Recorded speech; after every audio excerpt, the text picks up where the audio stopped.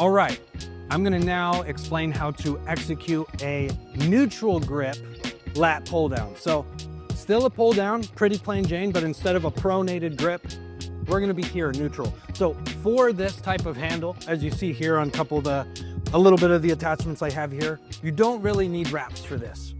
You can still use them a little bit if you feel it helps, but I feel that I don't need these on these type of handles because my grip does not fail on these. Now, I have a couple different attachments here to kind of show what your gym might have and what you might have access to. Some of them might not be perfectly straight like this, although of course you can see here this is adjustable. Some of them might be a little bit angled like this. I want you to make sure whatever handle you have, we don't want to go into supination. Think soup, your palm is facing towards you, it's underhand.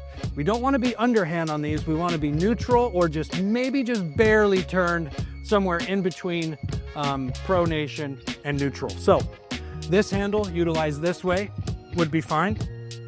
And the reason I have this one here also as an example is obviously an attachment style like this is going to allow me to adjust and change how wide it is.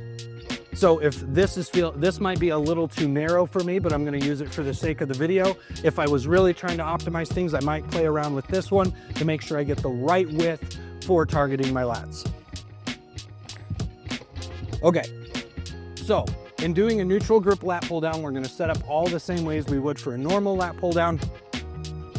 One reason you might utilize this instead is because you're having a hard time activating your back instead of your biceps. We're gonna do all the same cues. I'm going to think of shooting my elbows down into the ground, opening up my chest. I'm not squeezing my shoulder blades together. I'm actually trying to flare my lats and just send my elbows straight down my back to activate my lats as well as I can.